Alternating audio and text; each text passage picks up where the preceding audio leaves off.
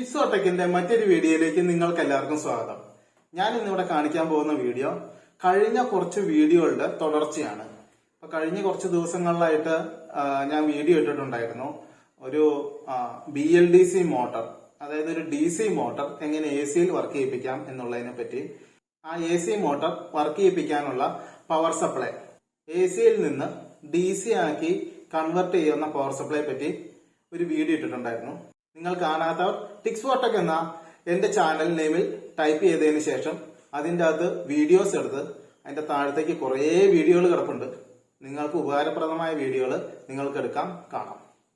Okay, അപ്പോൾ ഞാൻ ഇതിൻ്റെ അകത്ത് കാണിക്കാൻ പോകുന്ന വീഡിയോ ഒരു മിക്സർ മെഷീനാണ്.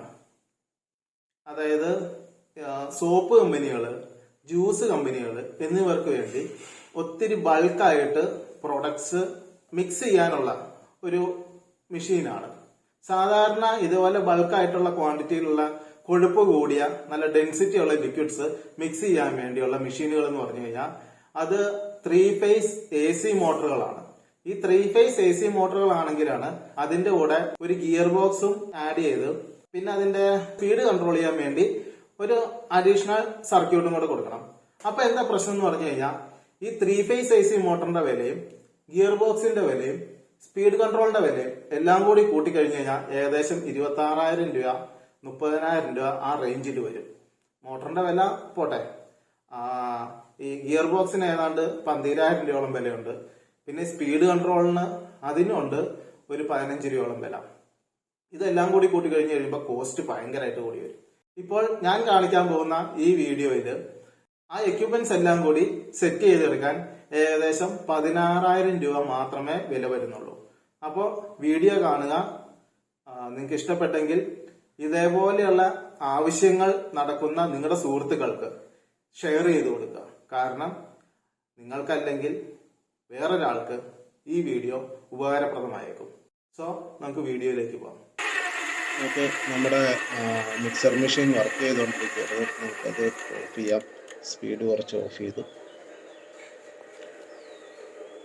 നമ്മൾ ഈ മിക്സർ മെഷീനിലേക്കുള്ള ലൈൻ, അത് ആ ബ്ലൂ ആൻഡ് ബ്ലാക്ക്, ആ 2 വയറുകളാണ്. അത് നമ്മൾ അപ്പുറത്തൊരു പവർ സപ്ലൈ ബോക്സിൽ നിന്നാണ് വരുന്നത്. കണ്ടോ, അവിടെ ഒരു ബോക്സ് വെച്ചേക്കുന്നത്.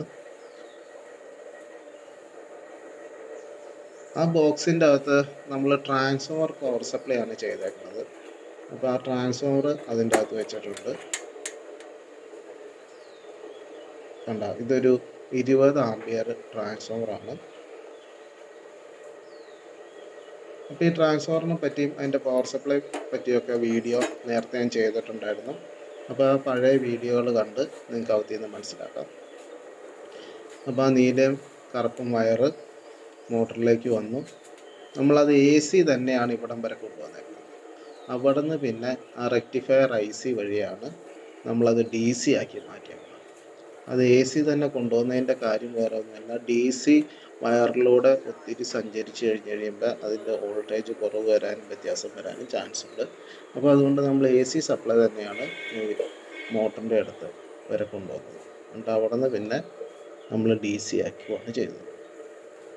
ഇപ്പോൾ ആ DC ലൈൻ, അതിൻ്റെ അത് ആ ബ്ലാക്കും റെഡും, ആ 2 ലൈനും DC ആണ്. നമ്മളപ്പോൾ ആ DC ലൈൻ ആ ജംഗ്ഷൻ ബോക്സിൻ്റെ അകത്തേക്ക് കൊടുത്തേക്കുന്നു. അതിൻ്റെ അകത്തുനിന്ന് പിന്നെ മോട്ടറിലേക്കുള്ള 3 ലൈനുകൾ, അതിൻ്റെ സെൻസറിലേക്കുള്ള ലൈനുകൾ, പിന്നെ അതിൻ്റെ സ്വിച്ച് വയർ, അതിനെപ്പറ്റിയൊക്കെ വിശദമായിട്ട് എൻ്റെ പഴയ വീഡിയോയിലുണ്ട്. നിങ്ങൾ അതെടുത്ത് നോക്കിക്കൊണ്ട് മനസ്സിലാക്കും. അപ്പോൾ നമുക്കിത് ഓൺ ചെയ്തു.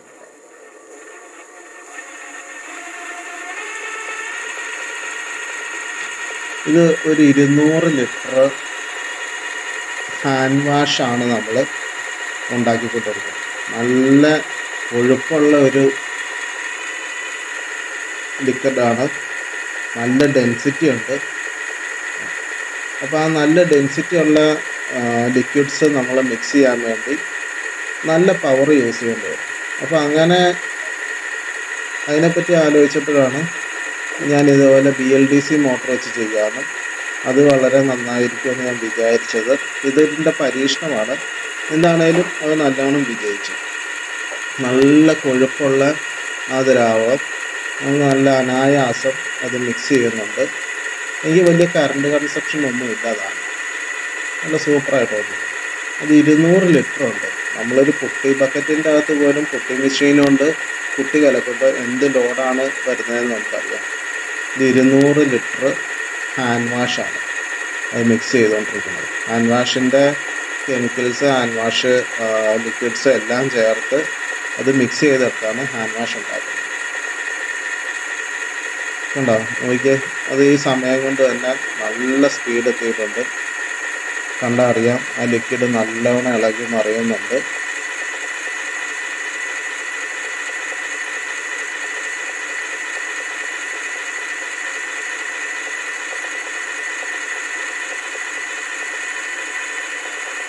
ഇപ്പം നല്ല സ്പീഡെത്തി, നല്ല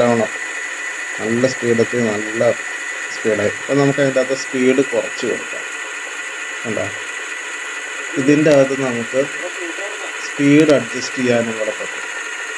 നമ്മൾ 3 ഫേസ് മോട്ടറിലാണ് ഇതേപോലെ സ്പീഡ് കുറച്ച് കറക്കാൻ പറ്റുള്ളൂ, അത് VFD ഉപയോഗിച്ച്. അപ്പോൾ അതൊക്കെ ഒഴിവാക്കാൻ വേണ്ടിയാണ് നമ്മൾ BLDC മോട്ടറിൽ ഇത് ചെയ്തത്. ഓക്കെ, നമുക്കപ്പോൾ ഈ മെഷീനും കൂടെ ജസ്റ്റ് ഒന്ന് ഞാൻ പൊക്കി കാണിച്ചു തരാം. ഈ മെഷീൻ്റെ അകത്ത് ഞാൻ 2 ബ്ലേഡുകളാണ് കൊടുത്തേക്കുന്നത്, കറങ്ങുന്ന 2 ബ്ലേഡുകളാണ് കൊടുത്തേക്കുന്നത്. അത് നമ്മുടെ പുട്ടി മെഷീൻ്റെ അകത്തുള്ള ടൈപ്പ് ബ്ലേഡുകൾ.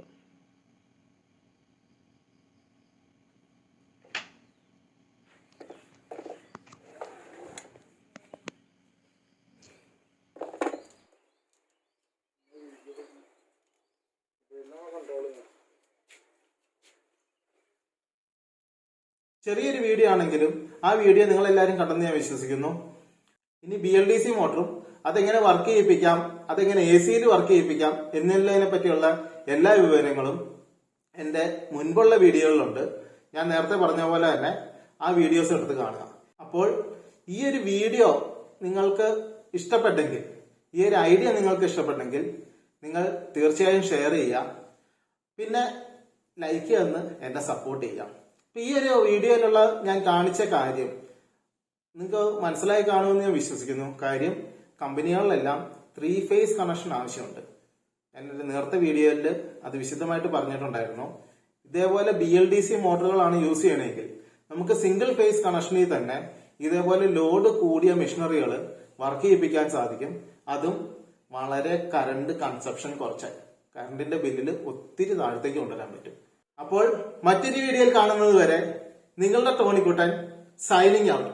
ഇന്നല്ലെങ്കിൽ നാളെ വരും, നാളെ അല്ലെങ്കിൽ മറ്റന്നാൾ വരും. നിങ്ങളുടെ ടോണിക്കുട്ടൻ. Bye bye.